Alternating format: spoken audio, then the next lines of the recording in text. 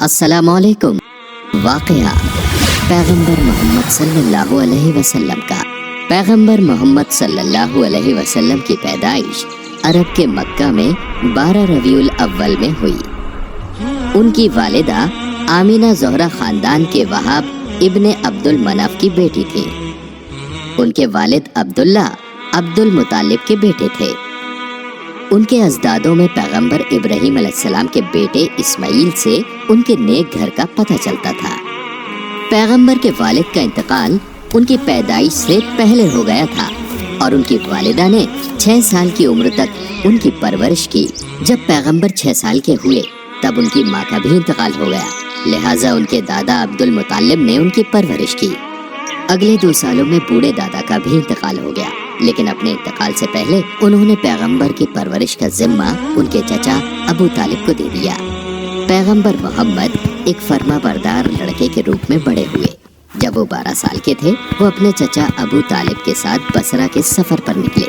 انہوں نے صحرا میں کئی مہینوں تک سفر کیا۔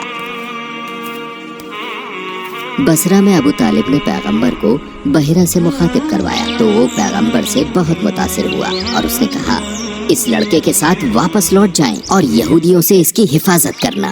آپ کے بھتیجے کا مستقبل بہترین ہے۔ ابو طالب یہ نہیں سمجھ سکے کہ اس بزرگ وہاب کا کیا مطلب تھا۔ ان کا بھتیجا محض ایک چھوٹا بچہ تھا۔ انہوں نے بحیرہ کو شکریہ کہا اور مکہ لوٹ آئے۔ اس سفر کے بعد لمبے وقت تک نوجوان پیغمبر کی زندگی میں کچھ خاص نہیں ہوا، لیکن سبھی اس بات سے مطمئن تھے کہ ان کے پاس ایک اچھا علم، انسانیت اور اچھے اخلاق ہیں، جو خاصیت مکہ کے لوگوں میں نہیں پائی جاتی تھی۔ پیغمبر کو ان کے اچھے کردار اور عقل مندی کے لیے سبھی نے پسند کیا اور انہیں الامین کا درجہ دیا، جس کا مطلب ہے وفادار۔ ہر دوسرے بچے کی طرح انہیں اپنے خاندان میں کام کرنا تھا۔ ان کے چچا نے اپنی زیادہ تر دولت کھو دی تھی اور پیغمبر نے ان کے بھیڑوں کے جھنڈوں کی دیکھ بھال کر کے ان کی مدد کی۔ پیغمبر محمد صلی اللہ علیہ وسلم زیادہ تر تنہا رہتے تھے۔ جب وہ مکہ کے لوگوں کے بیچ خونی جھگڑے کو دیکھتے تھے تو وہ غمگین ہوتے تھے۔ لوگوں کو قانون کی پرواہ نہیں تھی۔ لوگوں کے غموں کو دیکھ کر پیغمبر کا دل غمزدہ ہو گیا اور اس طرح کے واقعے مکہ میں روزمرہ کے تھے۔ جب پیغمبر 25 سال کے تھے انہوں نے ایک بار پھر سے سیریا کا سفر کیا اور یہاں وہ اپنے پیار سے ملے، خدیجہ بے حد خوبصورت اور نیک عورت تھیں اور وہ ایک بہت امیر خاندان سے تعلق رکھتی تھیں، لیکن وہ بیوہ تھیں۔ بیوہ ہونے کے باوجود معاشرے کے کئی امیر اور بڑے آدمیوں نے ان سے نکاح کرنے کی خواہش ظاہر کی، لیکن انہوں نے ان سبھی کو منع کر دیا کیونکہ وہ پھر سے نکاح کرنے کی خواہش مند نہیں تھی۔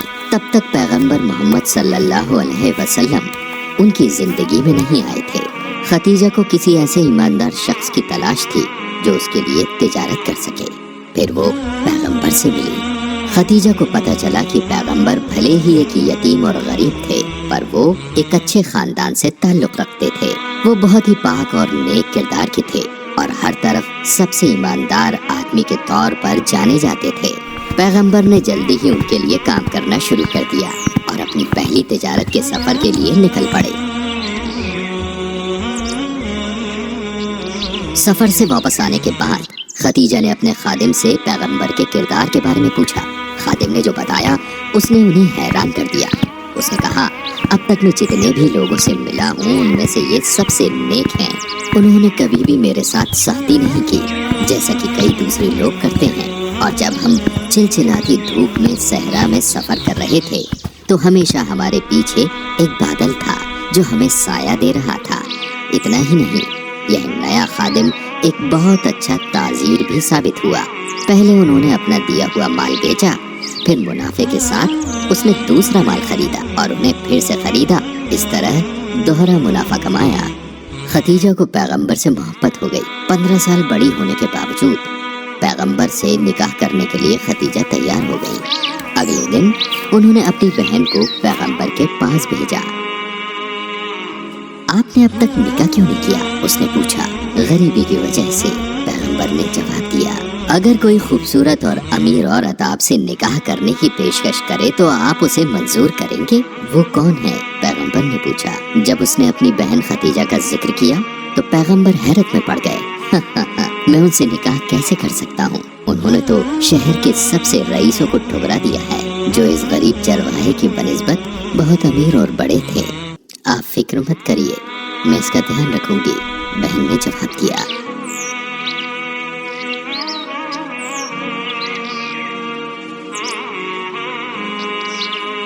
تھوڑے وقت کے بعد پیغمبر نے خدیجہ سے نکاح کیا۔ یہ انسانی تاریخ میں سب سے زیادہ محبت، خوشی اور پاک نکاح میں سے ایک کی شروعات تھی۔ اس نکاح نے انہیں ایک عورت کا پیار بھرا دل دیا جس نے یقین کو ان کے اندر زندہ رکھا، تب جبکہ کوئی آدمی ان پر یقین نہیں کرتا تھا۔ پیغمبر اس کے بعد کئی سالوں تک اچھی اور آرام کی زندگی جیتے رہے۔ پیغمبر 35 سال کے ہوئے تو انہوں نے اپنے فیصلے سے ایک تنازع کو سلجھا لیا جو مدعا پورے عرب کو جنگ کے قریب لے آیا تھا۔ یہ کعبہ کے ایک بار پھر سے تعمیر کا وقت تھا۔ ہر جماعت کے لوگ جو وہاں جمع ہوئے تھے وہ سب سے پاک کالے پتھر کو اٹھانا چاہتے تھے۔ ہر قبیلے کے سردار اس پتھر کو اٹھانے کے حق کے لیے لڑ رہے تھے۔ تب ایک بزرگ آدمی آگے آیا اور اس نے کہا، اس دروازے سے آنے والے پہلے شخص کی بات کو سبھی کو ماننا ہوگا۔ دروازے سے آنے والے پہلے آدمی کوئی اور نہیں بلکہ پیغمبر محمد صلی اللہ علیہ وسلم الامین تھے۔ الگ الگ قبیلے کے لوگوں نے ان سے مشورہ مانگا اور تب پیغمبر نے حکم دیا، پتھر کو کپڑے پر رکھیں۔ ہر قبیلے کو کپڑے کا ایک حصہ پکڑ کر پتھر اٹھانے کا شرف حاصل ہوگا۔ لوگ اس خیال سے متاثر ہو گئے اور پتھر اس طرح سے رکھا گیا اور کعبہ کی تعمیر کو بغیر کسی مداخلت کے پورا کیا گیا۔ اس وقت کے دوران عثمان ابن حویرث مکہ پہنچے تھے۔ انہوں نے سونے کا استعمال کر کے مکہ کے لوگوں کو متاثر کرنے کی کوشش کی اور رومن حکومت شروع کرنے کی کوشش کی، لیکن ان کی یہ کوشش ناکام رہی کیونکہ پیغمبر نے مکہ کے لوگوں کو سمجھائش دی۔ پیغمبر نے ہمیشہ غریبوں اور ضرورت مندوں کی مدد کی۔ ایسا کہا جاتا ہے کہ جب ان کے چچا ابو طالب برے وقت میں گھر گئے تو پیغمبر نے اپنے خود کی دولت کا استعمال کر کے ان کے سبھی قرضوں کو چکایا۔ پیغمبر نے اپنے چچا کے بیٹے علی کو تعلیم بھی دی اور انہیں بڑھاوا دیا۔ پیغمبر نے 1 سال بعد اپنے چچا کے بیٹے عقیل کو گود لیا۔ امید کرتا ہوں آپ کو ہماری یہ ویڈیو اچھی لگی ہوگی۔ مزید ایسی ویڈیوز دیکھنے کے لیے ہمارے آبس چینل کو سبسکرائب کریں اور بیل آئیکن پر کلک کریں تاکہ آپ کو ہماری ہر نئی آنے والی ویڈیو آپ تک پہنچ سکے۔ جزاک اللہ۔